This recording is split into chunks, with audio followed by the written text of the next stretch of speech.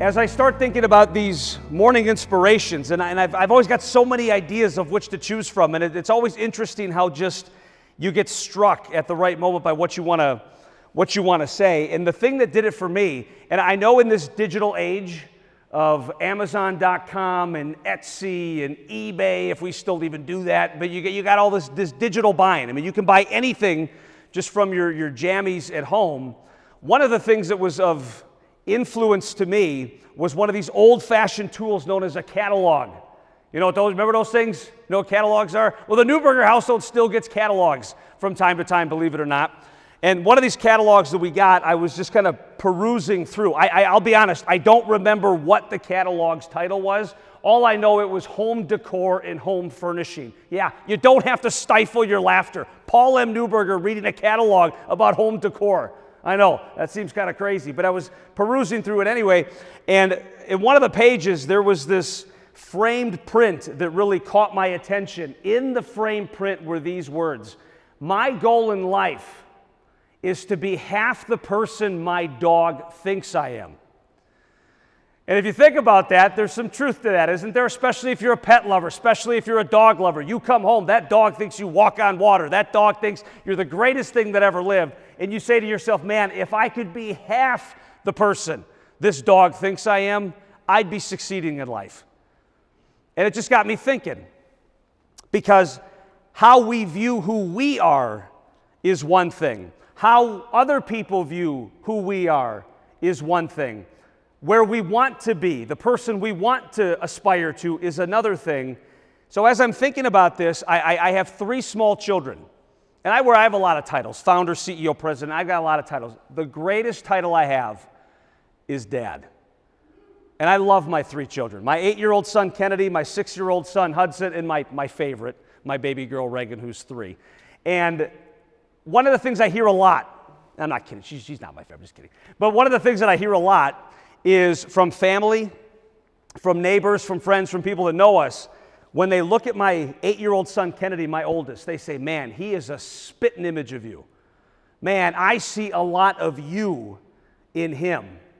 And every time I hear that, I have the same reaction: terror. Now, I say that not so much out of self-deprecation. I say that not so much to get you guys to go, oh, Paul, come on, you're a good guy. I'm not fishing for compliments. But it worries me sometimes, because there are days where I don't like being like me. But now you're saying my pride and joy, my 8-year-old son, is a lot like me. That could be somewhat problematic, especially on those days where I don't like being like me. But it's not just relegated to my family. It's not just relegated to my household. LinkedIn, social media, I mean, that's kind of my jam. And from time to time, I'll get a message from somebody, an aspiring entrepreneur or whatever else, who's reading my material or whatever, and they'll say, Paul, I'd like to get a conversation on the books with you so I can pick your brain and learn how to be more like you. As flattering as that is, as exciting as that is, I mean, the same reaction I have every time in my head. Can't you set your sights a little higher? Gosh, if only you knew what I was like. Some days I don't like to be like me. Why would you want to be like me? And the reason I say that, I mean, I'm hard on myself anyway, I get that. But the reason that I say that is, in my opinion, I'm the most sinful person I know. I'm the most busted person I know. I'm the most broken person I know. And every day I fail to meet my own expectations. Every day I fail to be the person that I want to be. I'm a notoriously early riser. I get up by 3:30 every morning. Yes, I'm a glutton for punishment to some degree, but part of the reason that I get up so early in the morning is I got to do what I call armoring up. I spend every morning at least an hour in the Word, with God, praying, daily devotionals, whatever the case would be, and it's almost like there's an IV of adrenaline right into my veins. By the time I'm done with that hour, boy, I'm ready to tackle the world. I feel I've got the shield. I got the breastplate on, man. I'm all set and ready to go. Today's going to be the day. Today's the day I become the greatest husband in the world. Today's the day I win Father of the Year. Today's the day I walk that widow across the street and save that cat from the tree. Today's the day. 7 minutes after my kids wake up, I go upstairs. My 6-year-old is already crying. There's cereal all over the place, and I said words I never should have repeated.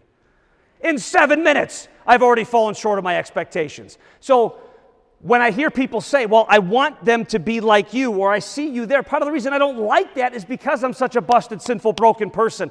And I say to myself, well, how do I fix it? How do I get better? How do I become that best possible version of myself? And again, if you say this to somewhat well-meaning people, they'll give you some similar advice. One, they'll say, well, if you want to change, just listen to your heart. It'll tell you what to do. Or, you want to get back on the right track, you want to improve a little bit, just take a long, deep, hard look inside yourself. Do some soul searching. You'll see what you got to do. Again, well-meaning advice, but for us Christians, that's the worst thing in the world we can possibly do. Don't just take my word for it. Look what it says in the Bible. Jeremiah chapter 17, verses 9 through 10. The heart is deceitful above all things and desperately sick. Boy, how's that for an attention-grabbing first line? The heart is deceitful and desperately sick. Isn't that a disconnect between how we in society view the heart and how biblically we view the heart? Gosh, in society, you won my heart. You have my heart. Valentine's Day, red, beautiful little hearts and everything else. Hearts are great, but in the Bible, whoa, deceitful above all things and desperately sick. Who can understand it? I, the Lord, search the heart and examine the mind, to reward each person according to their conduct, according to what their deeds deserve. If we want to start turning the corner, if we want to be less like us and more like the best possible version of ourselves, the answer is not in our heart. So what if we do some soul searching? Let's look deep within us. Well, Mark has a thought on that too. Mark chapter 7, verses 21 through 23.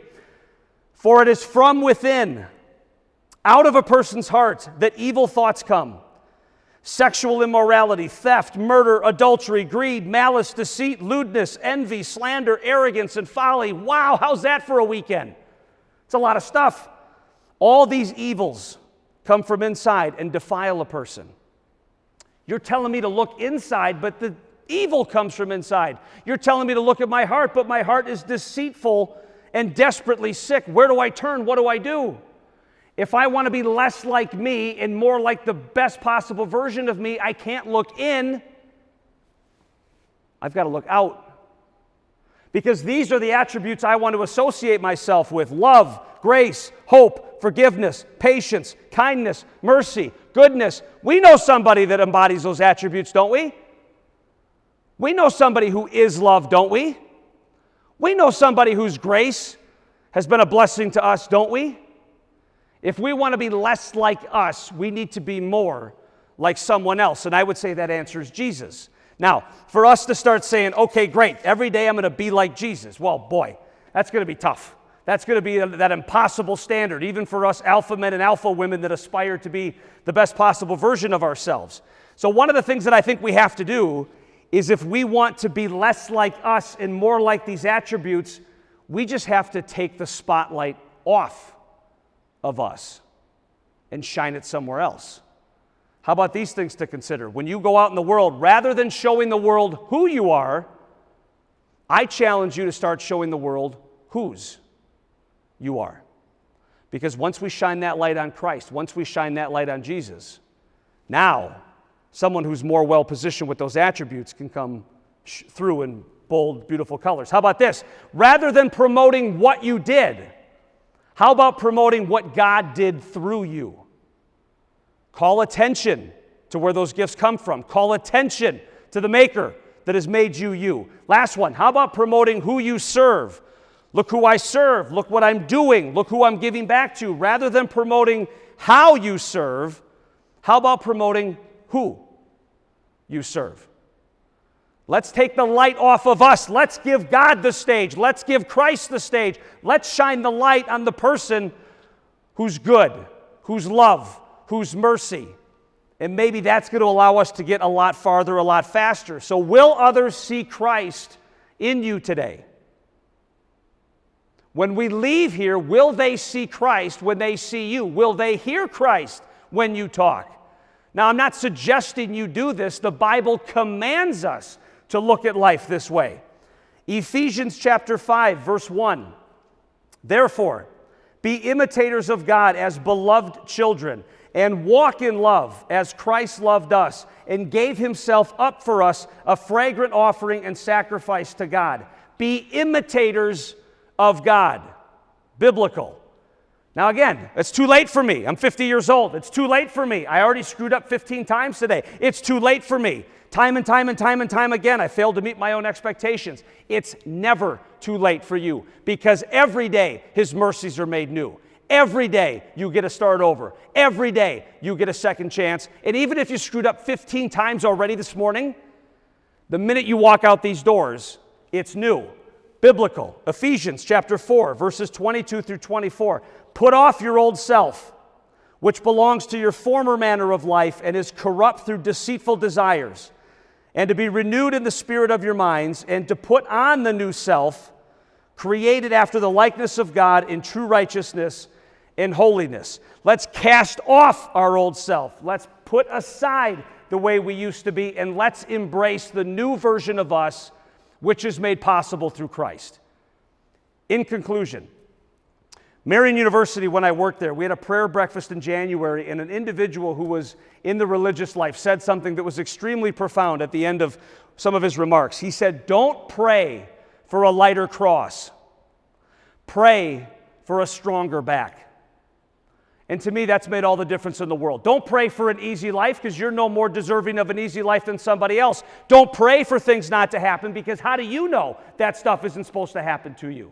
Just pray for a stronger back so you can deal with whatever comes your way. So it's with that in mind that I leave you with this thought. Just like you should pray for a stronger back, pray that we can be more like Jesus and less like ourselves.